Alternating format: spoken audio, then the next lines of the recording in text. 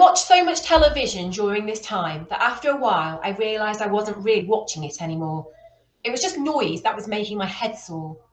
Guy used to say that too much television was bad for you, so now and again I switched it off and tried to do something else. Sometimes play this little game that I made up called Five in the House. I had to clear a space on our table to play it. I collected lots and lots of little yogurt pots, which I kept in a box under my bed. They all looked exactly the same because I'd taken the labels off and I washed them so they didn't smell or anything. I put loads and loads of yogurt pots upside down on the table until it was completely covered with them. It looked like a little city. Then I would screw up 5 bits of paper so that I had 5 little paper balls and I'd hide them under the yogurt pots. Sometimes I would put just 1 ball under 5 pots. Other times I might put 3 under 1 pot and 2 under another. I could do it any way I liked. When had done that, I would move the yogurt pots round and round so they were all mixed up. There was no way I would tell where I put the paper balls because I'd mixed them up for a really long time. The object of the game was to lift up the right pots to find all 5 balls, to find 5 in a house. I would let myself have 10 chances to find them. It was quite hard, and I managed to do it a handful of times, but I liked it because it took quite a long time to play it. It always took me a while to choose which 10 yogurt pots I would lift up. The other thing I spent my time doing was filling in my scrapbook. Before, when I'd been able to go outside, I had cut out pictures from old newspapers I'd found on the street to stick in my scrapbook. But now I had to copy out pictures and words that I'd heard from the television instead. The pages were filling up. I sometimes look back to the page where I first wrote down their name. They are called Bluchers. It took us a long time to find them. I'd filled loads of pages with all the terrible things that had been happening before we found out about the Bluchers. It was just before they found out about the spores, when they first saw them. I was playing 5 in the house, so I'd switched the television off for a bit. When I turned it back on, the first thing I saw was a Blucher filling the screen. Of course, I had no idea what it was at that moment, so my first thought was that it looked quite beautiful. It was shiny and had a bit on the top which was shaped like a sunflower seed, with a tip pointing upwards. Except that it was more like a ball, it wasn't flat. It was about as big as one of my fists, I suppose, with a little stalk holding the top part. What made me think it was beautiful was its colour. It was almost blue and almost silver, not like any other colour I could make up with paint or pencils anyway. I couldn't make my picture of that Blucher look very much like it at all. And the funny thing was that the colour seemed to be moving. It wasn't changing colour exactly, but the colour was moving. It's the best way I can describe it. These images are coming live from the Blucher disaster area, the newsreader was saying, where this plant has just been discovered. Its origin has not been identified, and scientists have already confirmed that this is a completely new species. I guess because they had a little stalk and a bit on top, they were first called a type of plant, although really they weren't anything like a plant. They looked nothing like else that I'd ever seen. When I realised what it was I was looking at, I could see its beauty dissolve before my eyes. The blue-silver colour reminded me of knives, of grey clouds before a thunderstorm. The way the colour moved and shifted made me think of a predator stalking its prey, silently pacing towards it before it goes in for the kill. Bluchers weren't beautiful at all. They were evil, menacing, deadly. After the first sighting of the Bluchers, they start to pop up more and more. Soon I was able to see clusters from my window. What started out as little patches of silvery blue soon spread out and covered the ground below me. They grew so fast that sometimes it seemed the patches as swelling in front of my eyes.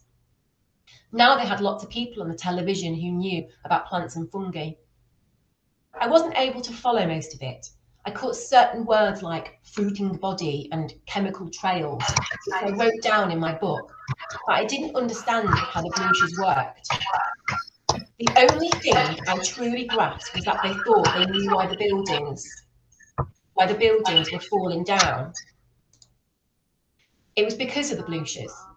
Guy had been right all along. The falling buildings and the people collapsing on the street were linked. They were both being caused by the Bluchers. Not only were they sending out deadly spores into the air, they were feeding on concrete and stone and glass and metal. They released some kind of wet stuff which could dissolve all those kinds of things, that had a special name too, enim or enzym or something like that. Bluches. The word sat heavily on my chest. Whenever I closed my eyes, I could see their shiny silvery heads leering towards me. I could sense their hunger and urgently, desperately feeding upon the buildings that were our homes. And when I opened my eyes again, I could see that we were surrounded by them. When I first learned that the Bluches fed on buildings, I went to lie next to Mum for a bit. I started to go over everything that I had heard about them in my head. When I thought about it, it made me want to hold on to Mum tight. I didn't want to wake her though, so I just put my head against her back and leaned into her a bit. She felt warm and solid and real against me. I wish she'd wake up. I was afraid. I guess I'd always been a bit worried that our tower might fall down like all those other buildings, but I'd never really thought it would happen. Because our block was so tall, I thought that it was too big to collapse underneath us. But if the Bluches were eating buildings and were getting bigger all the time, then they could start feeding on our tower at any moment. I forced myself to get up and look out of the window. I hadn't properly looked out the last day or so. I'd been glued to the television or sleeping. When I looked out that morning, I heard myself gasp out loud. As far as I could see, I saw the silvery blue colour of Bluches.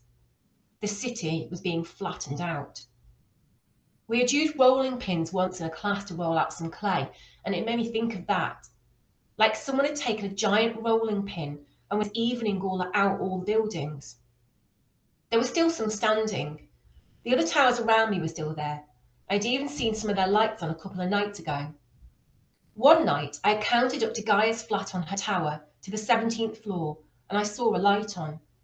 I told myself that it didn't mean that she was definitely still living there. Perhaps they'd left the light on in the rush to leave. I remember the way Michael's flat looked. They'd forgotten to turn a lamp off when they'd left. But part of me couldn't stop thinking that she could still be in there, that her dad might not have made them leave, and if that was true, then they were trapped, just like me and Mum. I'd never been afraid of heights before, but as I looked down, the ground suddenly seemed much further away than before, and I thought I felt the floor move beneath me.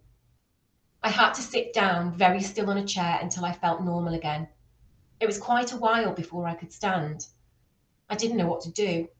It was too late to leave now because of the spores in the air that we could not see, and it was only a matter of time before the Bluches would eat the tower and we would crash to the ground.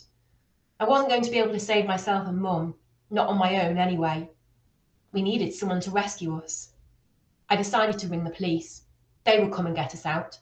They probably had some mask that we could wear over our faces that would stop pores getting into their mouths, and we could bring 2 extra ones for me and Mum too. We don't have a phone in our flat, but Mum had a mobile, although I wasn't sure where it was.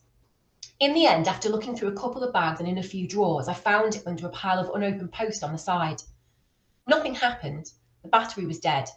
I'd seen Mum using the charger, but I didn't know where she kept it.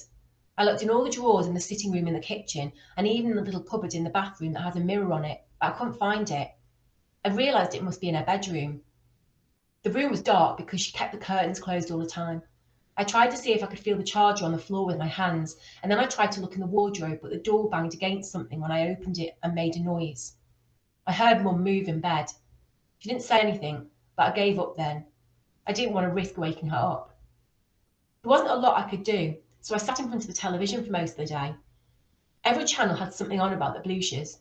I wish they put something else on instead. I was sick of hearing about them. Maybe I should have switched it off, but I wanted to hear people speaking, anything other than the voice in my head asking me how we could possibly survive this. In the end, I left it on all night and fell asleep on the sofa in front of the lit-up screen. The first thing I heard the next day was people talking in really loud, cross voices on television. There were about 8 people sitting on a stage and there was an audience in front of them. People in the audience were asking questions about the Bluches, and they kept clapping and cheering when someone on the stage answered them. I couldn't follow what they were talking about, but they kept saying the same word over and over. I wrote it down in my book so I didn't forget it. Contamination. I didn't know what it meant, but it sounded bad. I changed the channel to the news. They were talking about how they tried to set fire to the Bluches. They showed a film of a fireman with what looked like a water hose, but when he pressed a button, a jet of fire came out of it. He covered a group of Bluches in flames. At first, you couldn't see them through the fire. It looked like they'd been burned out. Then the smoke cleared, and you could see that they weren't hurt by the fire at all. Not one bit. I wrote that down in my book too.